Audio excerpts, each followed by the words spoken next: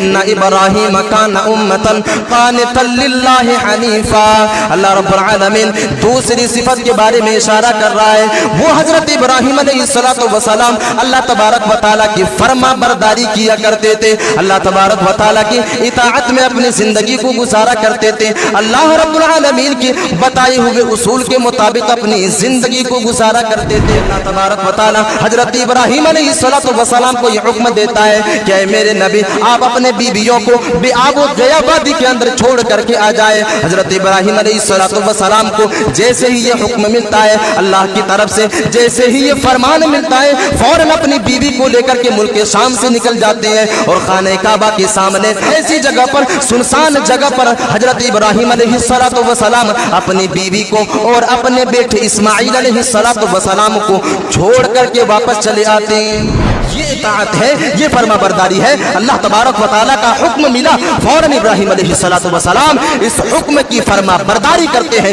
اطاعت گزاری کرتے ہیں اور اپنی بیوی کو، اپنے بچوں کو لے کر کے بے آب و گیا وادی کے اندر، جہاں پر چرند و پرند بھی اپنا پر نہیں مارا کرتے تھے، ایسی جگہ پر حضرت ابراہیم علیہ السلام اپنی بیوی اور بچے کو لے کر کے جاتے ہیں۔ اور حضرت ابراہیم علیہ السلام کی یہ صفت ہے کہ وہ اپنے رب کی اطاعت کیا کرتے تھے، اپنے رب کی فرما برداری کیا کرتے تھے۔ ہم اور آپ قربانی تو کرنے والے ہیں، ذرا اپنے غریبان کے اندر جھانک کر کے دیکھیں، اپنے غریبان کے اندر ٹٹول کر کے دیکھیں کہ ہم کتنے اپنے رب کی اطاعت کرتے ہیں، ہم کتنے اپنے رب کی فرما برداری کرتے ہیں۔ ایک دن میں 5 مرتبہ مسجد کے مینارے سے تمہیں اللہ تبارک و تعالیٰ کی اطاعت کے لیے، اس کی فرما برداری کے لیے آوازیں دی جاتی ہیں، لیکن ہم اور آپ کیسے مسلمان ہیں کہ اس رب کی فرما برداری کرنے کے لیے تیار نہیں ہے، ہم اس رب کے سامنے سجدہ کرنے کے لیے تیار نہیں ہے، لیکن ہم اور آپ تو وہ ہے کہ ہم نماز نہیں پڑھیں گے لیکن قربانی ادا کریں گے۔ دوسری فرما برداری کے بارے میں بیان کر رہا ہے، فَلَمَّا بَلَغَ مَعَهُ السَّعْيَ قَالَ يَا بُنَيَّ إِنِّي أَرَىٰ فِي الْمَنَامِ۔ اللہ رب العالمین اس آیت کریمہ کے اندر بیان کر رہا ہے، جب حضرت اسماعیل علیہ السلام بردباری کے عمر تک پہنچ جاتے ہیں، حضرت اسماعیل علیہ السلام کے ساتھ دینے کے قابل بن جاتے ہیں، ایسے موقع پر اللہ تبارک و تعالیٰ کی طرف سے حضرت ابراہیم علیہ السلام کو یہ خواب میں دکھایا جاتا ہے کہ وہ اپنے بیٹے کو اللہ کی راہ میں قربان کر دیں۔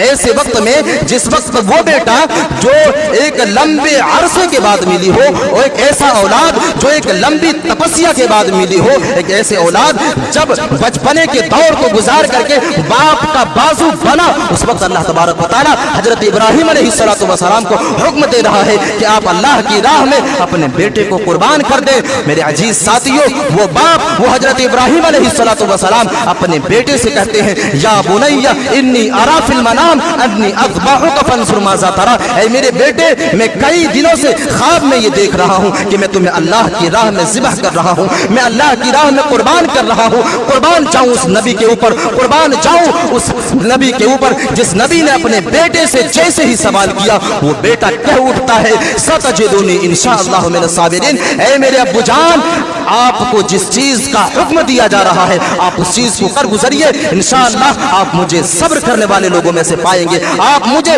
صابروں میں سے پائیں گے، آپ مجھے صبر کرنے والے انسانوں میں سے پائیں گے۔ کس طرح فرما برداری کی جاتی ہے، کس طرح اطاعت کی جاتی ہے، کس طرح سر تسلیم خم کی جاتی ہے۔ حضرت ابراہیم علیہ السلام کے اس فرما برداری سے اندازہ لگانے کی کوشش کرے کہ اپنے بیٹے کو بھی اللہ کی راہ میں قربان کرنے کے لیے نکل جاتے ہیں۔ میرے عزیز ساتھیوں، یہ فرما برداری ہے، یہ اللہ تبارک و تعالیٰ کی اطاعت ہے۔ ہم اور آپ تو کہتے ہیں کہ ہم ابراہیم کی قربانی کو زندہ کرتے ہیں، لیکن ہمارے اندر وہ صفت ہی موجود نہیں ہے، ہمارے اندر وہ اوصاف ہی موجود نہیں ہے جو اوصاف حضرت ابراہیم علیہ السلام کے اندر موجود تھے، جو اوصاف حضرت اسماعیل علیہ السلام کے اندر موجود تھے، وہ اوصاف تو ہمارے اندر ہے ہی نہیں، اور ہم چلے ہیں قربانی کرنے کے لیے۔ قربانی کوئی غلط چیز نہیں ہے، لیکن قربانی کرنے سے پہلے اس بات پر بھی منتھن کیا جائے، اس بات پر بھی سوچا جائے کہ ہم کیا کر رہے ہیں اور ہم آگے کیا کرنے والے ہیں، ہماری زندگی کس چیز میں کٹ رہی ہے اور آگے کس چیز میں کٹنے والی ہے۔ اس چیز کے اوپر بھی غور و فکر کرنے کی ضرورت ہے۔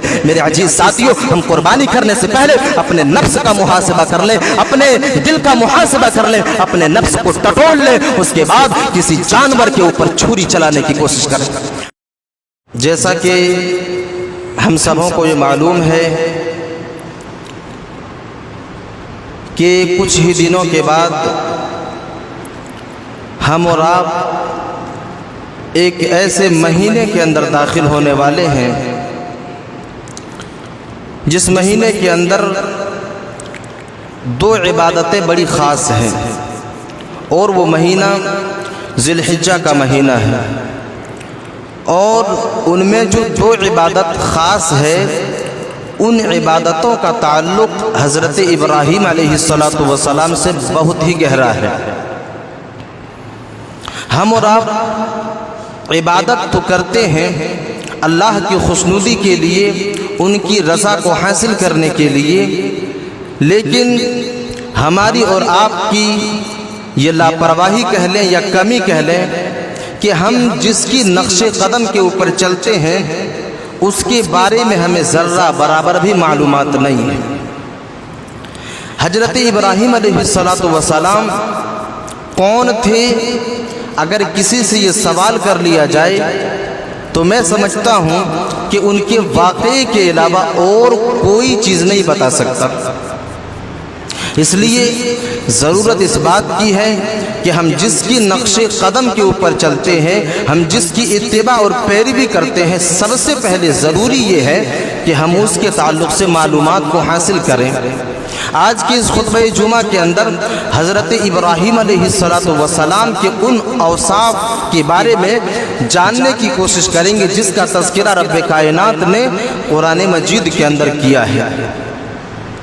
یہاں پر ایک بات کو میں واضح کر دوں، اس دنیا کے اندر تعلیم گاہوں کے اندر جب کسی کو تعلیم دی جاتی ہے تو تعلیم کو دینے کا یا علم کو دینے کا دو طریقہ ہوتا ہے، ایک ہوتا ہے تھیوری اور دوسرا ہوتا ہے پریکٹیکل۔ ایک ہوتا ہے علم کو مثالیں دے کر کے اسے سمجھایا جاتا ہے، اور ایک یہ ہوتا ہے کہ اس کی نظروں کے سامنے باقاعدہ اس کو کر کے دکھایا جاتا ہے۔ ایک تھیوری ہے اور دوسرا پریکٹیکل ہے۔ اگر اسلام کی تھیوری کو ہمیں جاننا ہے تو ہمارے لیے قرآن اور حدیث ہے، لیکن اسلامی تعلیمات کی پریکٹیکل کو اگر ہم دیکھنا چاہیں تو وہ پریکٹیکل حضرت ابراہیم علیہ السلام کی زندگی ہے، کیونکہ حضرت ابراہیم علیہ السلام کی زندگی کے اندر ہر وہ نکات موجود ہیں جو ہماری ایمان کی حفاظت کر سکتا ہے، ہر وہ نکات موجود ہیں جو ہمارے ایمان کی نگہبانی کر سکتا ہے۔ جب ہم پریشانیوں میں مبتلا ہو جائیں، آزمائش کے دور سے مبتلا ہو جائیں، تو ابراہیم علیہ السلام کی زندگی ہماری رہنمائی کرتی ہے کہ پریشانیوں کے وقت، آزمائش کے وقت کس طرح صبر سے کام لیا جاتا ہے۔ جب ایمان بچانے کی باری آتی ہے، جب ایک انسان ایمان کے خطرے میں پڑ جاتا ہے، اس کا ایمان خطرے میں پڑ جاتا ہے، اس وقت بھی حضرت ابراہیم علیہ السلام کی زندگی ہماری رہنمائی کرتی ہے کہ ایمان کی حفاظت کیسے کرنی چاہیے۔ جب ہم ابراہیم علیہ السلام کی زندگی کا مطالعہ کرتے ہیں اور پڑھنے کی کوشش کرتے ہیں تو کئی ایسے نکات ملتے ہیں جو نکات ہماری زندگی کے اندر رہنمائی کرتی ہے۔ آئیے سب سے پہلے قرآن مجید سے سمجھنے کی کوشش کرتے ہیں کہ ابراہیم علیہ السلام آخر کون ہے۔ اللہ تبارک و تعالی سورہ نحل کے اندر ارشاد فرماتا ہے، اللہ رب العالمین کہہ رہا ہے، ان ابراہیم کان امتا قانتا للہ حنیفا۔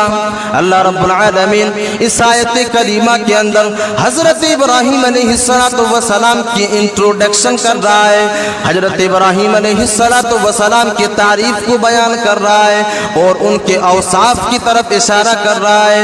ان ابراہیم کان امتا قانتا للہ حنیفا۔ اے دنیا والے لوگوں، بے شک ابراہیم علیہ السلام ایک امت ہے۔ سب سے پہلی چیز حضرت ابراہیم علیہ السلام ایک امت کے برابر ہے۔ اللہ رب العالمین پھر آگے بیان فرما رہا ہے، ان ابراہیم کان امتا قانتا للہ حنیفا، اور حضرت ابراہیم اللہ تبارک و تعالیٰ کے فرما بردار تھے، اللہ تبارک و تعالیٰ کی اتباع کرنے والے تھے۔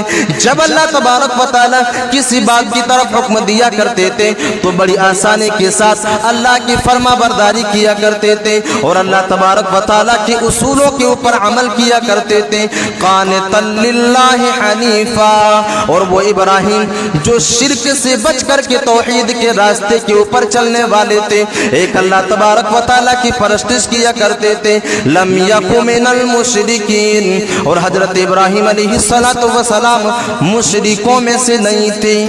اس آیت کریمہ کے اندر تین چیزوں کو اللہ رب العالمین نے واضح کیا۔ سب سے پہلی چیز حضرت ابراہیم علیہ السلام ایک امت کے برابر ہے، اور دوسری چیز وہ اللہ تبارک و تعالیٰ کے فرما بردار تھے، اللہ رب العالمین کی اطاعت کیا کرتے تھے اور شرک سے بچ کر کے توحید کے راستے کے اوپر چلنے والے تھے۔ اب اس ایک آیت کریمہ کے اندر جو تین چیزیں ہیں اور اس کے بعد والی آیت کریمہ کے اندر اللہ رب العالمین نے اور دو چیزوں کی طرف اشارہ کیا ہے، لیکن سب سے پہلے انہی تین چیزوں کو سمجھ لیتے ہیں کہ آج ہم جس نبی کی سنت کو زندہ کرنے کے لیے تیار ہیں، ہمارے اندر وہ صفت کتنا پائی جاتی ہے، ہمارے اندر وہ اوصاف کتنے موجود ہیں، جس نبی کی پیروی، جس نبی کی اتباع اور جس نبی کی قربانی کو ہم زندہ کرنے کی کوشش کر رہے ہیں، اس نبی کی زندگی سے ہمارا کتنا تعلق ہے، ہمارا کتنا وابستہ ہے۔ سب سے پہلی چیز کہ حضرت ابراہیم علیہ السلام ایک امت کے برابر تھے۔ آخر کیوں کہہ رہا ہے، کیا وجہ ہے، کیا ریزن ہے؟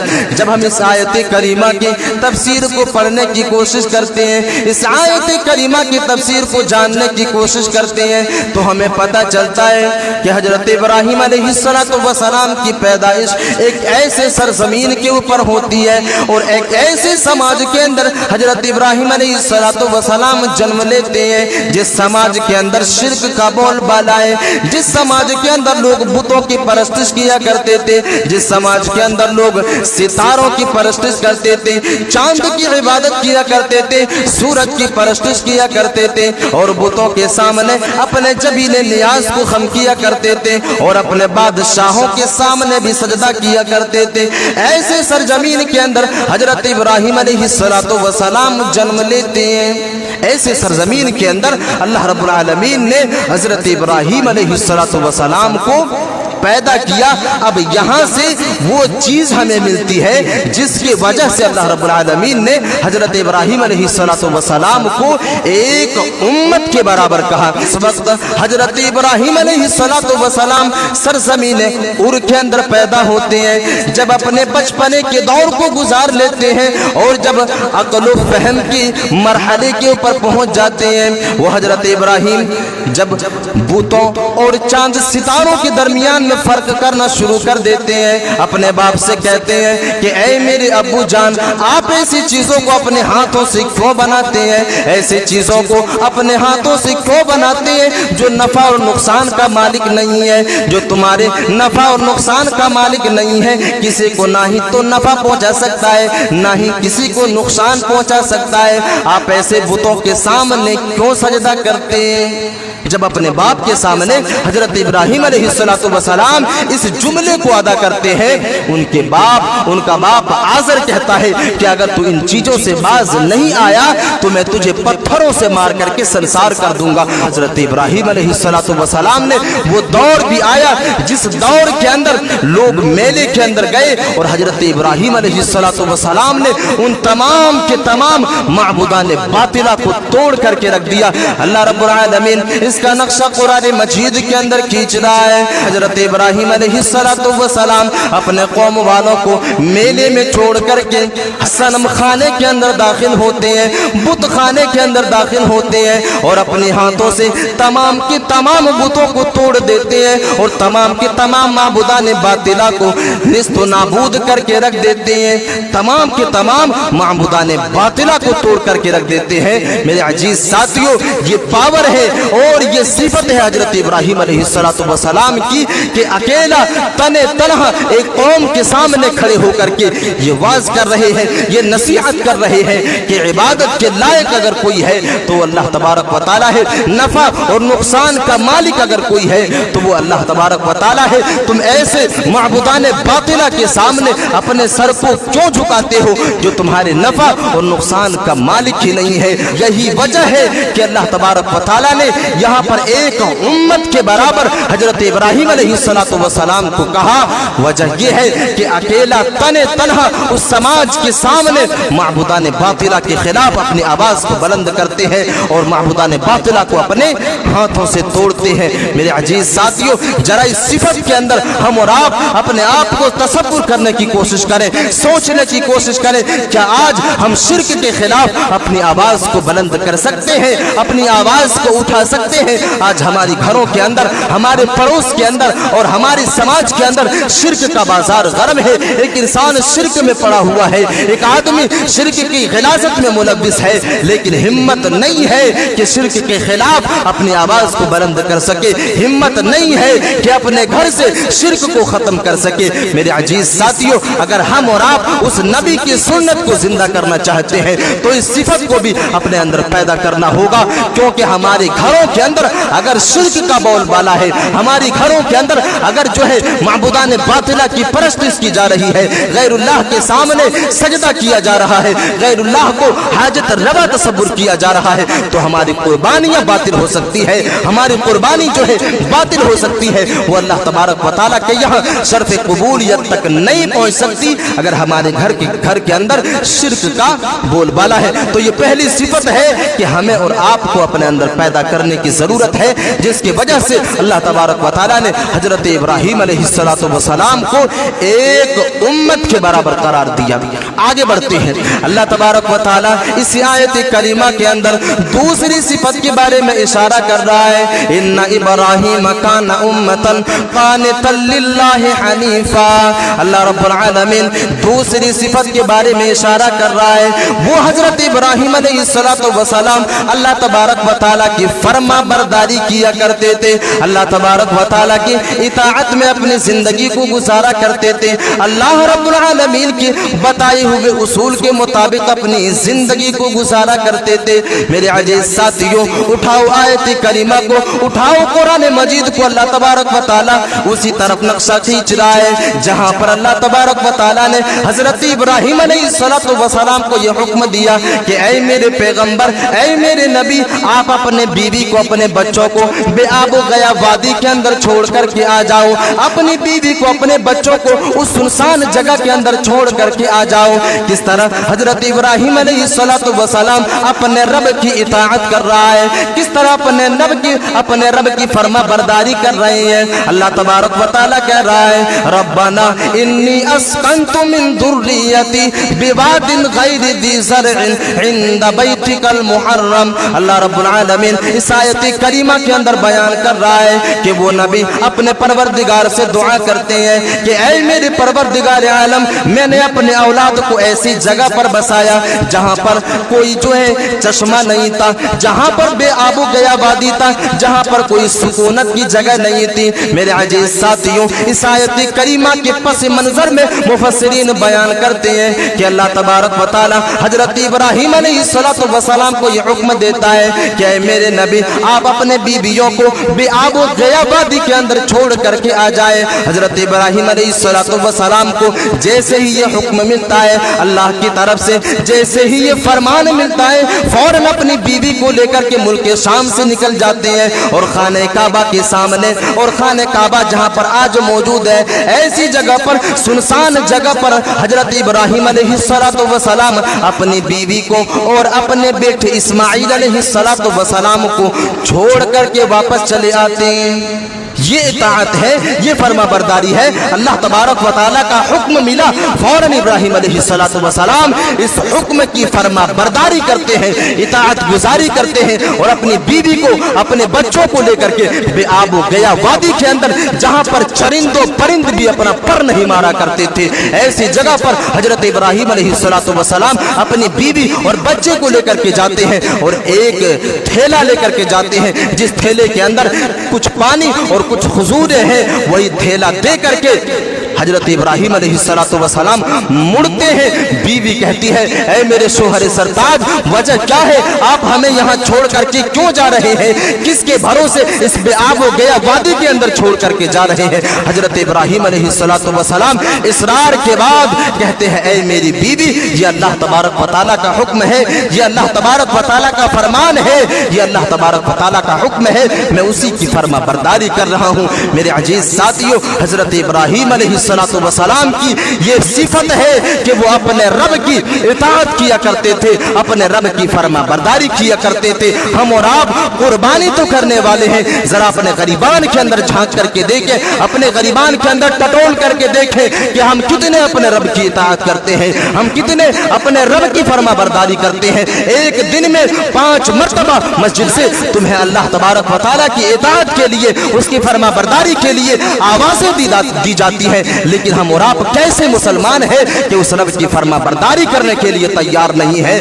ہم اس رب کے سامنے سجدہ کرنے کے لیے تیار نہیں ہے. لیکن ہم اور آپ تو وہ ہیں کہ ہم نماز نہیں پڑھیں گے لیکن قربانی ادا کریں گے. میرے عزیز ساتھیوں, کہیں نہ کہیں اس بات کو کہہ دینا مناسب ہے کہ ایسی قربانی کی کوئی ضرورت نہیں ہے جو بے نمازی ہو, جو نماز ہی نہ پڑھتا ہو, جو آدمی نماز کی حالت میں اپنی زندگی کو نہ گزارتا ہو. میرے عزیز ساتھیوں, یہاں تو قربانی نہیں دینی پڑتی, یہاں پر صرف وقت لگانا پڑتا ہے. وہ ابراہیم علیہ السلام جس کی سنت کو ہم اور آپ زندہ کرنے والے ہیں, وہ ابراہیم اپنی بیوی کو, اپنے بچوں کو ایک ایسی جگہ پر چھوڑ کر کے آتے ہیں جہاں پر چرند و پرند بھی اپنا پر نہیں مارا کرتے تھے, جہاں پر چشمے کی کوئی حالت ہی موجود نہیں تھی, جہاں پر پانی کا کوئی بندوبست ہی نہیں تھا. ایسے جگہ پر حضرت ابراہیم علیہ السلام اپنے رب کی اطاعت کرتے ہیں, اپنے رب کی فرما برداری کرتے ہیں, اور اپنی بیوی کو وہاں پر چھوڑ کر کے آتے ہیں. میرے عزیز ساتھیوں, ہم اور آپ تو وہ ہے کہ ایک تو نماز بھی نہیں پڑھتے, اور کچھ لوگ نماز پڑھتے ہیں وہ بھی قرآن اور حدیث کے اصولوں کے مطابق بھی نہیں پڑھ پاتے. کچھ لوگ پڑھتے تو ہے لیکن قرآن اور حدیث کے اصولوں کے مطابق بھی نہیں پڑھ پاتے. اس منبر رسول سے کئی مرتبہ یہ واضح کی گئی کہ ایسی نمازوں کی ضرورت ہی نہیں جس نماز کے اندر سنت نبوی کو تار تار کیا جاتا ہو, جس نماز کے اندر قرآن کے بتائے ہوئے اصولوں کو توڑا جاتا ہو, جس نماز کے اندر نبی کے بتائے ہوئے طریقے کو توڑا جاتا ہو. ایسی نماز کی ضرورت ہی نہیں ہے. جو انسان نماز پڑھتے ہیں, جو آدمی نماز پڑھتے ہیں, اسے چاہیے کہ ہم نماز کو بھی پڑھیں تو اس نبی کی اقتدا میں پڑھیں جس نبی نے کہا کہ صلو کما رأیتمونی اصلی, تم نماز اسی طرح پڑھو جس طرح مجھے پڑھتے ہوئے دیکھے ہو. میرے عزیز ساتھیوں, یہ باتیں بارہا مجھے کہنی پڑتی ہے, یہ باتیں مجھے بارہا واضح کرنی پڑتی ہے. وجہ یہ ہے کہ ان چیزوں کو جاننے کے باوجود بھی جب ایک انسان عمل نہیں کرتا ہے, جب ایک آدمی نماز کی فرضیت کے بارے میں, نماز کی جو ہے اہمیت کے بارے میں جاننے کے باوجود بھی گھروں کے اندر بیٹھ کر کے, چوراہوں پر بیٹھ کر کے, دکانوں کے اندر بیٹھ کر کے, چائے خانوں پر بیٹھ کر کے غیبتیں کر کے, چغلیاں کر کے اپنے وقت کو ضائع کر دیتا ہے, اپنے وقت کو برباد کر دیتا ہے, لیکن مسجد کے قریب نہیں آتا. میرے عزیز ساتھیوں, یہ باتیں میں اس وقت تک کہتا رہوں گا جب تک کہ آپ لوگ مجھے مسجد کے اندر نظر نہ آ جائیں. تو حضرت ابراہیم علیہ السلام کی ایک صفت یہ تھی کہ وہ اللہ تبارک و تعالیٰ کی اطاعت میں, اللہ تبارک و تعالیٰ کی فرما برداری میں اپنی زندگی کو گزارا کرتے تھے, اپنی زندگی کو بسر کیا کرتے تھے. ایک مثال تو یہ ہو گئی کہ بے آب و گیا وادی میں اپنے بیوی کو, اپنے بچوں کو چھوڑ کر کے چلے آتے ہیں صرف اللہ تبارک و تعالیٰ کی محبت میں, اللہ تبارک و تعالیٰ کی اطاعت میں, اللہ تبارک و تعالیٰ کی فرما برداری میں. اے نوجوانوں, اے لوگوں, اللہ तबारक व तआला की और उस नबी की सुन्नत को जिंदा करने से पहले हम और आप अपने अंदर इस सिफत को भी पैदा करें, अपने अंदर इस जो है इताअत को भी पैदा करने की कोशिश करें। दूसरी मिसाल को देखते हैं, अल्लाह तबारक व तआला कुरान मजीद के अंदर दूसरी इताअत और दूसरी फरमाबरदारी के बारे में बयान कर रहा है। फलम्मा बलग मअहु सअया क़ाल या बुनय्या इन्नी अरा फिल मनाम। अल्लाह रब्बुल आलमीन इस आयत करीमा के अंदर बयान कर रहा है, जब हजरत इस्माइल अलैहिस्सलातु वस्सलाम बुर्दबारी के उम्र तक पहुंच जाते हैं, हजरत इस्माइल अलैहिस्सलातु वस्सलाम के साथ देने के काबिल बन जाते हैं, ऐसे मौके पर अल्लाह तबारक व तआला की तरफ से हजरत इब्राहिम अलैहिस्सलातु वस्सलाम को ये ख्वाब में दिखाया जाता है कि वो अपने बेटे को अल्लाह की राह में कुर्बान कर दें।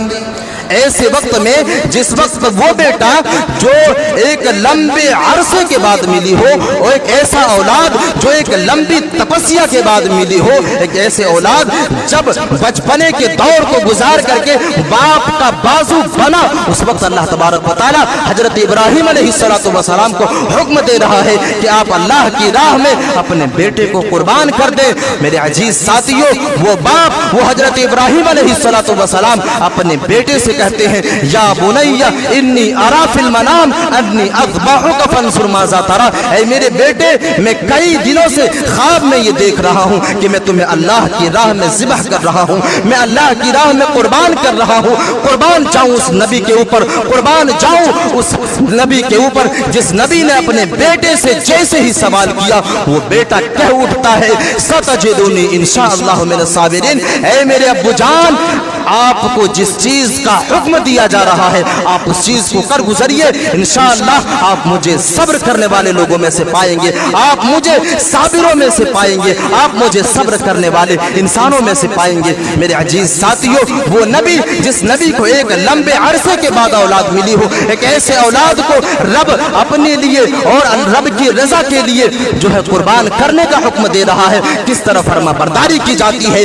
किस तरह इताअत की जाती है, किस तरह कुरान और हदीस के उसूलों के मुताबिक अमल किया जाता है, किस तरह सरे तस्लीम खम की जाती है। हजरत इब्राहिम अलैहिस्सलातु वस्सलाम के इस फरमा बरदारी से अंदाजा लगाने की कोशिश करें कि अपने बेटे को भी अल्लाह की राह में कुर्बान करने के लिए निकल जाते हैं, और अपने बेटे को अल्लाह तबारक व तआला की रजा के लिए, अपने इस फरमा बरदारी को साबित करने के लिए, अपने इम्तिहान में कामयाब होने के लिए हजरत इब्राहिम अलैहिस्सलातु वस्सलाम निकलते हैं। और अल्लाह तबारक व तआला ने जब इस चीज के ऊपर देखा कि हजरत इब्राहिम अलैहिस्सलातु वस्सलाम अपने वादे में खरे उतर रहे हैं, अपनी फरमा बरदारी की सबूत दे रहे हैं, अल्लाह रब्बुल आलमीन ने हजरत इस्माइल अलैहिस्सलातु वस्सलाम की हिफाजत की। मेरे अजीज साथियों, ये फरमा बरदारी है, ये अल्लाह तबारक व तआला की इताअत है। हम और आप तो कहते हैं कि हम इब्राहिम की इस कुर्बानी को जिंदा करते हैं, लेकिन हमारे अंदर वो सिफत ही मौजूद नहीं है, हमारे अंदर वो औसाफ ही मौजूद नहीं है जो औसाफ हजरत इब्राहिम अलैहिस्सलातु वस्सलाम के अंदर मौजूद थे, तो औसाफ हजरत इस्माइल अलैहिस्सलातु वस्सलाम के अंदर मौजूद थे, वो औसाफ तो हमारे अंदर है ही नहीं। और हम चले हैं कुर्बानी करने के लिए, हम चले हैं कुर्बानी करने के लिए। मेरे अजीज साथियों, कुर्बानी कोई गलत चीज नहीं है, लेकिन कुर्बानी करने से पहले इस बात पर भी मंथन किया जाए, इस बात पर भी सोचा जाए कि हम क्या कर रहे हैं और हम आगे क्या करने वाले हैं, हमारी जिंदगी किस चीज में कट रही है और आगे किस चीज में कटने वाली है। इस चीज के ऊपर भी गौर व फिक्र करने की जरूरत है। मेरे अजीज साथियों, हम कुर्बानी करने से पहले अपने नफ्स का मुहासिबा कर लें, अपने दिल का मुहासिबा कर लें, अपने नफ्स को टटोल लें, उसके बाद किसी जानवर के ऊपर छुरी चलाने की कोशिश करें, उस वक्त से किसी जानवर की कुर्बानी देने की कोशिश करें। तो ये दूसरी सिफत है कि वो इब्राहिम अलैहिस्सलातु वस्सलाम रब्बे कायनात के फरमा बरदार बंदों में से थे। ये इब्राहिम अलैहिस्सलातु वस्सलाम है। आइए तीसरी सिफत को जानते हैं। अल्लाह तबारक व तआला इसी आयत करीमा के अंदर तीसरी सिफत के बारे में बयान कर रहा है, उम्मतन कानितन लिल्लाहि हनीफा वलम यकु मिनल मुशरिकीन। अब अल्लाह तबारक व तआला तीसरी सिफत के बारे में इशारा कर रहा है ऐ दुनिया वाले लोगों, आओ मैं तुम्हें बताता हूँ हजरत इब्राहिम अलैहिस्सलाम की तीसरी सिफत क्या थी। रब्बे कायनात आसमान से इस बात को वाज़ेह कर रहा है कि दुनिया वाले लोगों, हजरत इब्राहिम की तीसरी सिफत ये है कि वो शिर्क से बचा करते थे और तौहीद के रास्ते के ऊपर चला करते थे। हनीफा ऐसे लफ्ज को उस जगह इस्तेमाल किया जाता है जहां पर कोई आदमी अपने आप को शिर्क से बचाता है और तौहीद के रास्ते के ऊपर चलता है। वलम यकु मिनल मुशरिकीन, और हजरत इब्राहिम अलैहिस्सलाम मुशरिकों में से नहीं थे। इस बात पर भी अपने गरीबान के अंदर झांक करके देख ले, क्या हम इबादत से अपनी जी को नहीं चुराते? क्या हम अपने आप को और अल्लाह तबारक व तआला की इबादत से हम और आप अपने आप को नहीं रोकते? हम और आप अल्लाह रब्बुल आलमीन की इबादत से भी रूगर्दानी करते हैं। मेरे अजीज साथियों, तो ये सिफत भी हमारे अंदर मौजूद नहीं है कि हम तौहीद के रास्ते के ऊपर चले और अपने आप को शिर्क से बचा ले और तौहीद के रास्ते के ऊपर चले। आइए चौथी सिफत के बारे में जानते हैं। शाकिरन लिअनउमिह इज्तबाहु व हदाहु इला सिरातिल मुस्तकीम। चौथी सिफत ये है कि वो शाकिरों में से थे, शुक्रगुजारों में से थे। वो रब्बे कायनात का शुक्रिया अदा किया करते थे। जो नेमतें हजरत इब्राहिम अलैहिस्सलाम को मिलती थी, उन नेमतों के ऊपर उनके इस्तेमाल के बाद शुक्रगुजारी किया करते थे। यहाँ पर शुक्रगुजारी के डेफिनेशन को मैं बता दूं। शुक्रगुजारी उस चीज का नाम है कि एक इंसान को अल्लाह जो नेमत दे रहा है, उस नेमत को वो इंसान इस्तेमाल कर रहा है और उस नेमत को इस्तेमाल करने के बाद उस इंसान के आज़ा और जवारिह के अंदर उस नेमत की झलक पाई जाए और उसकी जबान से भी अल्लाह तबारक व तआला की तारीफ निकले, अल्लाह रब्बुल आलमीन की जिक्र निकले, अल्लाह रब्बुल आलमीन की जो है नेमत के ऊपर शुक्र के अल्फाज निकले। इस चीज का नाम शुक्र है। और जो नेमत अल्लाह तबारक व तआला देता है, जो नेमतें एक इंसान को अता करता है, उसका इस्तेमाल सही जगह पर किया जाए, इस चीज का नाम भी शुक्रगुजारी है। यानी जो नेमतें, जो माल, जो दौलत हमें मिलती है, उन दौलतों का इस्तेमाल सही जगह पर किया जाए। अगर अपने दौलतों का इस्तेमाल सही जगह पर करता है तो इस चीज का शुमार भी शुक्रगुजारी में होता है। जरा इस बात पर भी अपने आप को जो है रख करके सोचने की कोशिश करें कि हम अपनी दौलतों का इस्तेमाल कहाँ कर रहे हैं, अपनी माल को खर्च कहाँ कर रहे हैं, अपनी नेमतों को कहाँ खपा रहे हैं, अपनी नेमतों को कहाँ पर लुटा रहे हैं। मेरे अजीज साथियों, बड़ी ही जो है मजबूरी के साथ ये कहना पड़ता है कि एक इंसान अगर इस मस्जिद से अगर ज़कात के लिए ऐलान कर दे तो एक इंसान के माथे के ऊपर शिकन पड़ जाता है, इंसानों के माथे के ऊपर शिकन पड़ जाता है। सदका तो खैरात का अगर कोई मुतालबा कर दे तो हमारी पेशानी के ऊपर बल पड़ जाती है, हमारे शिकन के ऊपर जो है बल पड़ जाती है। मेरे अजीज साथियों, अगर हम अल्लाह की राह में अपनी दौलतों को खर्च नहीं करते तो फिर कहाँ करते, अपनी दौलतों को कहाँ लगाते? मेरे अजीज साथियों, अपनी दौलतों को, अपनी नेमतों को सही जगह पर लगाने की कोशिश करें। तो हजरत इब्राहिम अलैहिस्सलाम की ये चौथी सिफत है कि वो शाकिरों में से थे, शुक्रगुजारों में थे। अल्लाह रब्बुल आलमीन की शुक्रगुजारी में अपनी जिंदगी को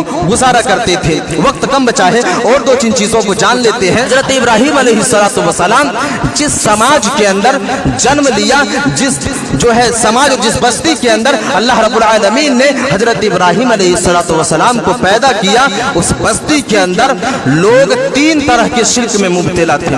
ये बात भी हमारे लिए नसीहत की हामिल है कि उस समाज के लोग तीन तरह के शिर्क में मुब्तला थे। सबसे पहले नंबर पर वो लोग सितारों की परस्तिश करते थे, वो लोग चांद की परस्तिश करते थे, वो लोग सूरज को अपना हाजत रवा मानते थे, सूरज की परस्तिश किया करते थे। ये पहली चीज है। दूसरी चीज, अपने हाथों से बुतों को बनाते थे और बुतों के सामने सजदा करते थे और बुतों को अपना मुश्किल कुशा तसव्वुर करते थे। और तीसरी चीज, अपने बादशाहों के सामने सजदा करते थे।